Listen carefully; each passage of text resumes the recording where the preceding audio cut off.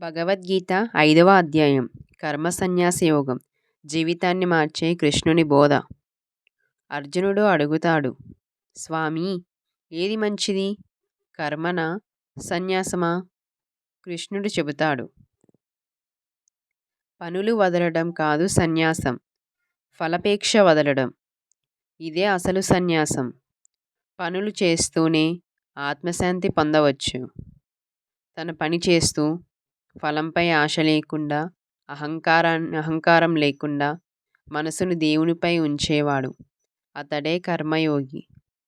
ఇలాంటి వాడు చేసే పనులు పాపానికి తాకవు.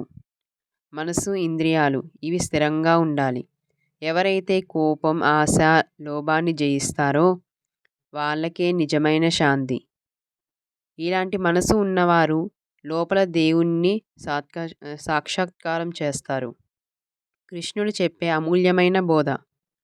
బ్రాహ్మణుడు, గేదె, ఏనుగు, కుక్క ఎవరిని చూసినా ఒకే ఆత్మను చూడగలిగిన వాడే జ్ఞాని.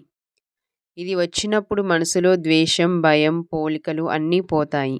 మనిషి పని చేయాలి, కానీ ఫలితాలు ఇవి దేవునికి సమర్పించాలి.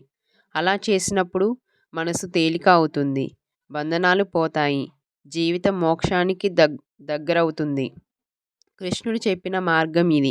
కర్మ చెయ్యి, ఫలాన్ని వదిలివేయి, మనసులోనే ఉంచు. అప్పుడు శాంతి, స్వేచ్ఛ, మోక్షం స్వయంగా నీ దగ్గరకు వస్తాయి. ఇదే భగవద్గీత 5వ అధ్యాయం సారాంశం. ఇలాంటి ఆధ్యాత్మిక జ్ఞానం కోసం ఛానల్ను సబ్స్క్రైబ్ చేయండి. జై శ్రీకృష్ణ.